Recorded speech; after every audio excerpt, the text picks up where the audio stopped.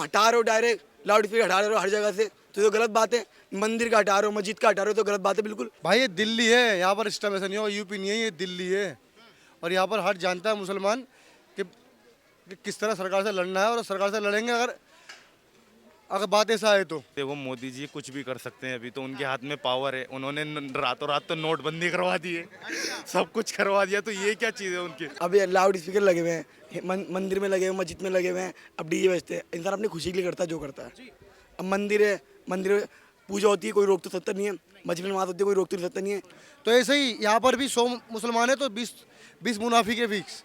नमाज तो पढ़ते हैं पर दिल उनका मुनाफिक काफिर है एकदम। तो सब मुसलमान नहीं होते, मुसलमान उसे बोलते हैं जो ईमान। ये तय करने वाले आप कौन है कि काफिर है या नहीं है, वो तो ऊपर वाला तय करेगा। बता रहा तो बात है ना, उनकी बात तो एक नंबर होती है भाई। देखो क्योंकि वफ के लिए उन्होंने कितनी आवाज़ें उठाई। ओवैसी साहब हाँ, क्योंकि जितनी वफ की जो जगह है ना, सब मुसलमानों की जगह है, ठीक है ना। अगर जो चीज़ शुरू से चलती आ रही है उसमें आप न्यू परिवर्तन लाएंगे तो ये गलत है ना। अच्छा भाई, यानी कि 150 साल पहले कुंभ का मेला लगा था। कब लग गया ये कुंभ का मेला? जब तो अंग्रेजों का जमाना था, उस टाइम अंग्रेजों की हुकूमत थी, किसने लगवा दिया? आपको पता है अंग्रेजों ने जब हुकूमत करी थी तो उन्होंने वक्फ को अपने अंडर में कर लिया था, ये बात पता है? नहीं पता ये सब मेरे को। तो उसी दौरान महाकुंभ भी लगता था जब आपको नहीं पता था। मैंने आपका जवाब दे दिया, बस मेरे को इतना ही बोलना था और नहीं बोलना ना। आपने महाकुंभ लगते हुए नहीं देखा तो महाकुंभ कभी लगा ही नहीं है। तो जगह जगह मस्जिद तोड़ रहे हैं, मंदिर तोड़ रहे हैं, ये अच्छी बात थोड़ी है। परेशानी क्यों होगी इंसान को? मंदिर में होता है तो किसी को परेशानी होती है, नहीं होती। मस्जिद में होगा क्यों परेशानी होगी किसी को? तो ध्वनि प्रदूषण है, इन सब पे जो है सरकार ध्यान दे रही है, तो ये लाजमी मुद्दे आप मानते हैं? सर ध्वनि प्रदूषण कैसे हो गया ये तो बताइए। ये 1990 में भी चलता था, उससे पहले भी चलता और अब भी चलता हुआ आ रहा है। ये सरकार को परेशानी है, लोगों को कोई परेशानी नहीं है। ये जो राजधानी दिल्ली में लाउड स्पीकर को लेकर जो गाइडलाइन आई है, जैसे मस्जिदों के स्पीकर हुए, मंदिरों के स्पीकर हुए, शादी पार्टी के, तो क्या लगता है इससे राजधानी में तो इफेक्ट पड़ सकता है? क्योंकि लोग शायद परेशान रहते हो आधी रात। भाई ये दिल्ली है, यहाँ पर सिस्टम ऐसा नहीं हो, यूपी नहीं है, ये दिल्ली है। और यहाँ पर हर जानता है मुसलमान कि किस तरह सरकार से लड़ना है, और सरकार से लड़ेंगे अगर अगर बात ऐसा है तो, ठीक है। और संविधान के खिलाफ लड़ेंगे, और संविधान को आप मत कुछ संविधान के खिलाफ नहीं, संविधान के तहत, संविधान के साथ। भाई बिल्कुल भाई बिल्कुल। भाईजान ये जो गाइडलाइन आई है मस्जिदों के लिए नहीं आई है, मंदिरों के लिए भी आई है, और शादी पार्टी के काफी जो डीजे है उसके लिए भी आई है। तो भाई देखो सबका नियम है, हर इंसान को हक है। संविधान कहता है, हमारा लोकतंत्र कहता है कि हर इंसान को। अनुच्छेद 25 में लिखा हुआ है। हाँ जी भाई, अनुच्छेद 25 में लिखा रखा है, जो शख्स अपने लिए खुद भी कर सकता है जो करना चाहे। जी बिल्कुल। अब ये लाउड स्पीकर लगे हुए हैं, मंदिर में लगे हुए, मस्जिद में लगे हुए हैं, अब डीजे बजते हैं। इंसान अपनी खुशी के लिए करता है जो करता है। अब मंदिर है, मंदिर में पूजा होती है, कोई रोक तो सकता नहीं है। मस्जिद में नमाज होती है, कोई रोक तो सकता नहीं है। ये बीजेपी की गलत बात है बिल्कुल। ये दिल्ली की मुख्यमंत्री रेखा गुप्ता का जो कहना है, आई है इस बार, उनकी ये बिल्कुल गलत बात है। जायज़ बात कहना चाहिए इंसान को हर बार। मंदिर है, मंदिर में हर कोई जाता नहीं है, कोई जो जाता है रोक सकता नहीं किसी को। हर कोई आता है, मस्जिद में आता है, किसी को रोक सकते नहीं हम। जो आना चाहे आ सकता है। पर जैसे आपने देखा होगा मंदिरों में भी 2 टाइम जो है सुबह और शाम आरती होती है, मस्जिदों में 5 मरतबा जो है नमाज होती है। तो इन सारी चीज़ों को चलते हुए 5 बार अजान होती है मस्जिद में, तो यहाँ किसी को परेशानी नहीं है। परेशानी क्यों होगी इंसान को? मंदिर में होता है तो किसी को परेशानी होती है, नहीं होती। मस्जिद में होगा क्यों परेशानी होगी किसी को? पर सरकार को तो मंदिरों से भी परेशानी हो रही है। परेशानी ना, तो सरकार की गलत बात है बिल्कुल ये। तो सरकार को हटाना चाहिए, ऐसी सरकार को, ऐसी सरकार को भगाओ यहाँ से। ऐसा भी तो हो सकता है ये आम जनता के हित का फैसला हो सकता है। नहीं, आम जनता क्यों करेगी? आम जनता को तो फायदा है उससे कि उनकी हिंदू है, हिंदू मंदिर जाते हैं, और मुसलमान है मस्जिद जाते हैं अपनी, तो उनको मस्जिद से मतलब है अपना, और हिंदू को मंदिर से मतलब है। तो सरकार को क्या लेना उनसे?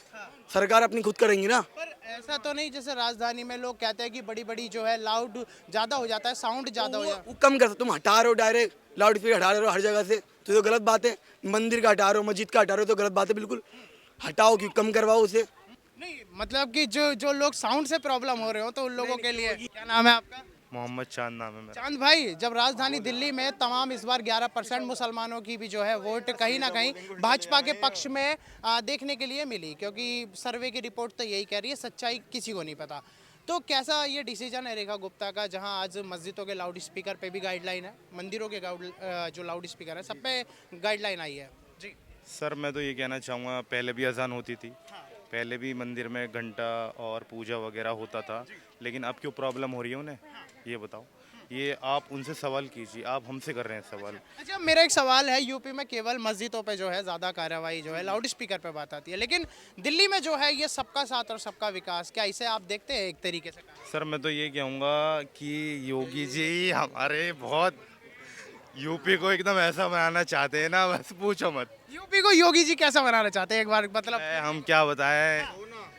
हाँ भाई ने बता ही दिया, सोना बनाना चाहते, महल बनाना चाहते। पसंद है आपको योगी जी? क्योंकि लोग मांग कर रहे हैं मोदी के बाद योगी, या आपने आवाज कई बार देखी? नहीं नहीं, हम तो जी अब केजरीवाल जी चले गए जेल में, उनके ना होने। ये तो कांड सामने आए तो वो तो गए। हाँ तो गए, वो बात सही है, मानता हूँ, लेकिन उन्होंने अच्छे काम भी तो देखो ना उनके। बुरे काम उन्होंने किया चलो कोई नहीं, अच्छे काम भी देखिए ना उनके। दिल्ली में आपने देखा होगा कितनी औरतें हैं किराया करके कहीं कहीं जाती थी, अब वो बस में फ्री कर दिया। फिर उसके बाद बिजली बिल भी थोड़ा कम हो गया, इससे लोगों को राहत भी तो मिली ना। अब कितने लोग ये थे कि बिजली का बिल इतना आता था कि भर नहीं पाते थे, लेकिन अब थोड़ा कम आता है, इससे क्या आज जो है सरकार बदली, बसें आज भी फ्री हैं, बिजली जो है आज भी किस हद तक जो है वो फ्री सी है, लेकिन सरकार फिलहाल जो ध्यान दे रही है वो अवैध कब्जों पर ज़्यादा ध्यान दे रही है। जो ये ऐसे जो ध्वनि प्रदूषण है इन सब पे जो है सरकार ध्यान दे रही है, तो ये लाजमी मुद्दे आप मानते हैं? सर ध्वनि प्रदूषण कैसे हो गया ये तो बताइए। ये 1990 में भी चलता था, उससे पहले भी चलता और अब भी चलता हुआ आ रहा है। ये सरकार को परेशानी है, लोगों को कोई परेशानी नहीं। आपको तो पता होगा जो पुराने टाइम पे तो जब स्पीकर्स नहीं हुआ करते थे तो जो बुलावा था वो ऐसी छत पे से ही डलता था। हाँ सर, लेकिन टेक्नोलॉजी भी तो आई ना, तो फिर हम उसका यूज़ तो करेंगे ना। अब ये तो नहीं कि शुरू से ही वही करते हुए आएंगे। ये बताइए, अब धोती कुर्ता आप क्यों नहीं पहन रहे? वो भी तो पुराने ज़माने की है। ये बताइए, अब पैंट शर्ट क्यों पहन रहे हैं आप? न्यू टेक्नोलॉजी आई, लोगों ने फिर भीमराव अंबेडकर जी आए, उन्होंने कोट पैंट पहना, लोगों को सिखाया बताया, तभी तो आप पहनने लगे ना। अब धोती कुर्ता आप पहनेंगे तो लोग ये पुराने ज़माने में जी रहा है नहीं? ये भी बात होती है भाई। तो अब भाई देखो, न्यू टेक्नोलॉजी है, लोग न्यू चीज़ कर रहे हैं, यूनिक चीज़ें कर रहे हैं, समझ रहे हो? बस यही बात है। तो ये जो अभी गाइडलाइन पर जो ये फैसला है ये कहीं ना कहीं जो है ये भी सही नहीं है। देखो जी, हम क्या कर सकते हैं, बाकी तो सब कुछ सरकार के हाथ में ही है।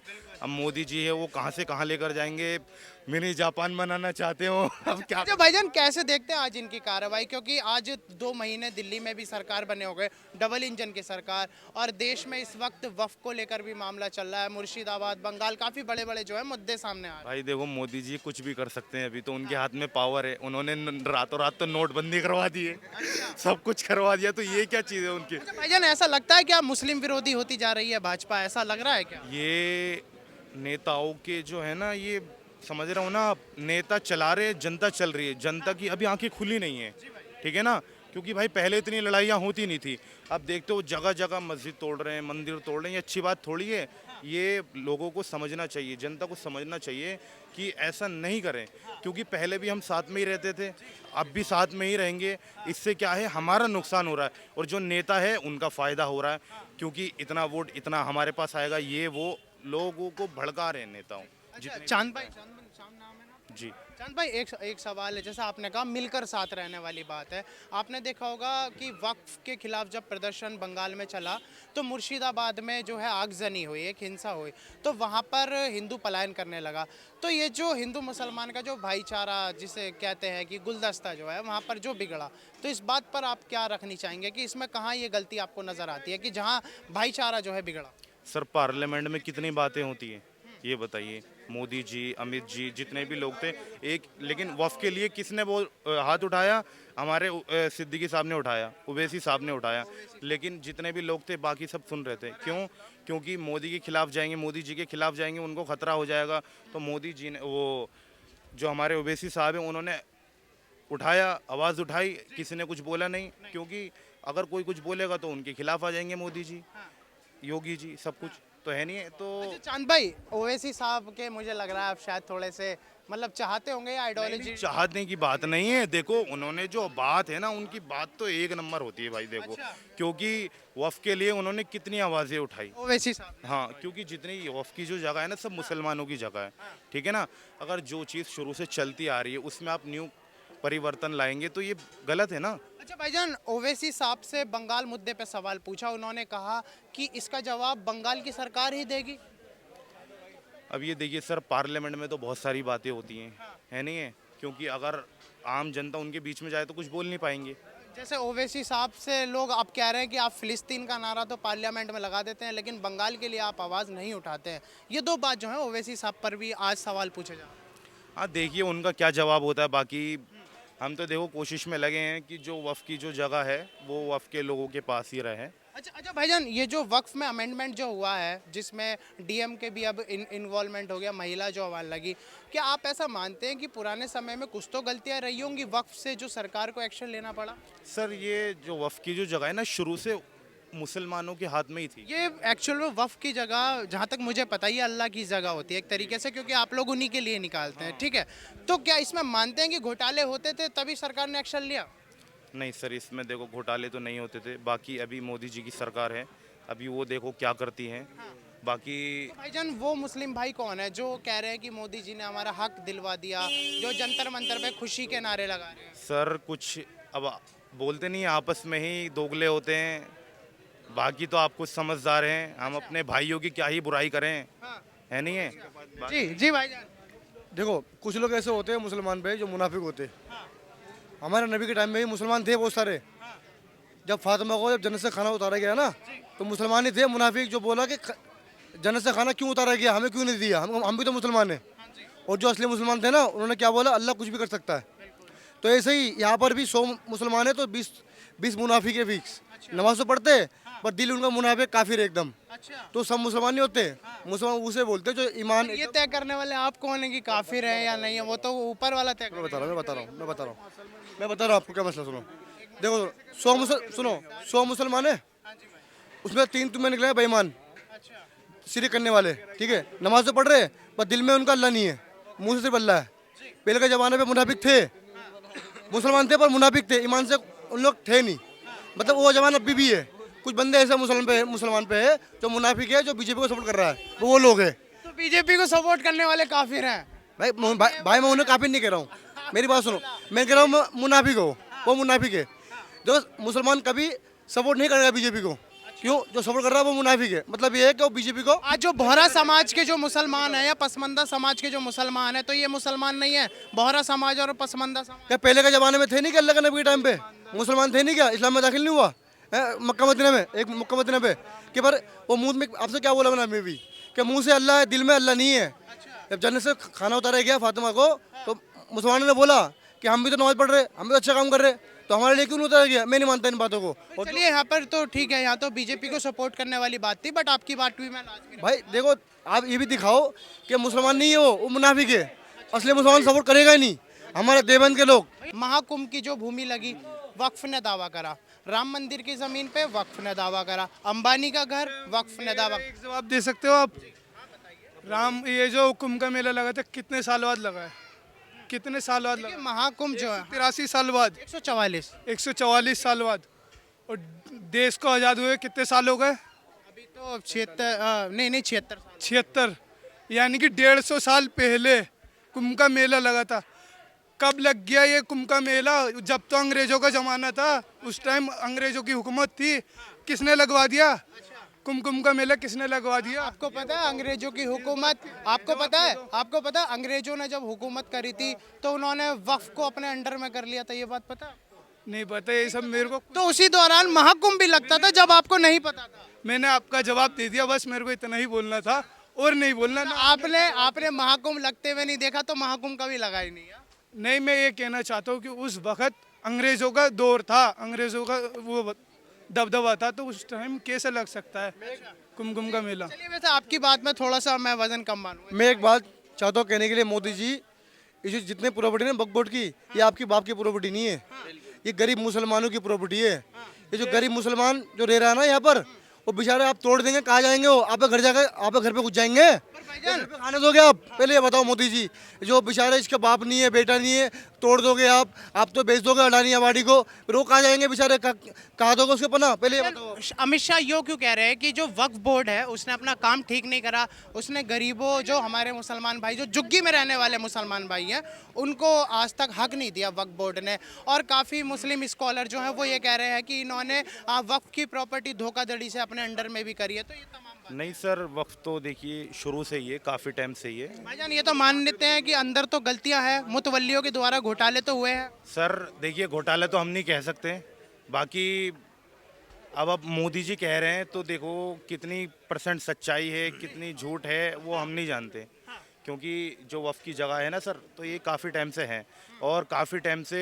अच्छा भाईजान जो रशीदी साहब है, मौलाना रशीदी साहब, उनका कहना यह है कि अमाल खराब हुए हैं, यानी घोटाले हुए हैं, तो इसलिए हुकूमत जो है बीच में इन्वॉल्वमेंट करी। इस बात में आप मुसलमान हैं तो मैं आपसे पूछ रहा हूँ कि इस बात का क्या सेंस हो सकता है? सर इस बात का तो देखिए मैं कुछ बता सकता नहीं, क्योंकि उनकी जो मामला है वो उनके साथ है। बाकी मैं तो स्टूडेंट हूँ, मैं तो स्टूडेंट की तरह बात करूँगा आपसे, है नहीं है सर। और बाकी वफ़ की जो जगह है सर, हम तो इसे ठीक ही मानते हैं, क्योंकि सारे पर मुसलमान। अमित शाह ने कहा है कि इसमें आज भी किसी गैर मुस्लिम का इन्वॉल्वमेंट नहीं होगा, जो जहां रह रहा है वैसा रहता रहेगा, ऐसा अमित शाह ने तो बोला है सदन में। नहीं सर, ऐसा नहीं। हाँ जी भाईजान। ऐसा है नहीं, आप खुद देख लो, वीडियो में, सोशल मीडिया में देख लो, कहीं गुजरात में और भी जो है हिंदुस्तान में अलग अलग जगह है, आप खुद ही देख सकते हो, है नहीं। जैसे आप एक चैनल वालों और भी चैनलों में आते हैं तो आप देख सकते हो, खुद ही मोबाइल खोल के देखो, ज़्यादातर देखो कहीं मस्जिद टूट रही है, कहीं मदरसा टूट रहे हैं। यह है कि जो एंक्रोचमेंट है उसको हटाया जा रहा है, वो ये नहीं देखो, हमारे वजह से किसी को तकलीफ ना हो, जैसे सरकार जो कर रही है सबके बारे में सोचना चाहिए सरकार को कि मेरे वजह से किसी को तकलीफ ना हो। जैसे अभी नमाज हुई है तो इसके बाद फ़ौरन जो है किसी को तकलीफ रास्ता भी दिया गया, आपने देखा ही होगा, किसी को तकलीफ नहीं हुई। तो इसी तरीके से क्या है, हिंदुस्तान में हर नागरिक को जो है रहने का अधिकार है, और हर धर्म के लोगों को जो है अपने अपने तरीके में जो भी जिस भगवान को भी मानते हैं उस तरीके से माने, है नहीं। हाँ, जैसे अभी बताया कि क्या नाम है, दोगले बताया भाई ने, तो इस तरीके से हर धर्म में होते हैं कि हर जो बदमाश जो भी उठाए गिरे लोग जो है उस धर्म के नहीं होते, अलग अलग में होते हैं। भाईजान इसी बीच क्या मानते हैं कि ये जो पूरा वफ़ का जो ट्रिब्यूनल था, क्योंकि देखिए सबसे बड़ा मुद्दा इस वक्त यही चल रहा है, जिसमें सुप्रीम कोर्ट ने अभी तो स्टे लगाया, लेकिन मुसलमान भाई अभी भी इसका विरोध प्रदर्शन कर रहे हैं। तो क्या मानते हैं कि अंदर कुछ तो गलतियां हैं, कुछ बेवाओं को, कुछ गरीबों को जो है हक अदा नहीं हुआ होगा? हाँ, नहीं मिला। गलती तो वो हर इंसान के अंदर होता है, पता नहीं कब किसकी नीयत खराब हो जाए, कोई नहीं कह सकता। अब आपके दिल में क्या चल रहा है वो आप जानते हो और ऊपर वाला जानता है, मेरे दिल में क्या चल रहा है वो मैं जानता हूँ और ऊपर वाला जानता है। हम किसी को नहीं कह सकते, पता नहीं होते गलती है, ऐसी बात नहीं, 5 उंगली बराबर नहीं होती, इसी तरीके से हर इंसान सही नहीं होता। ले रहे हैं ये क्या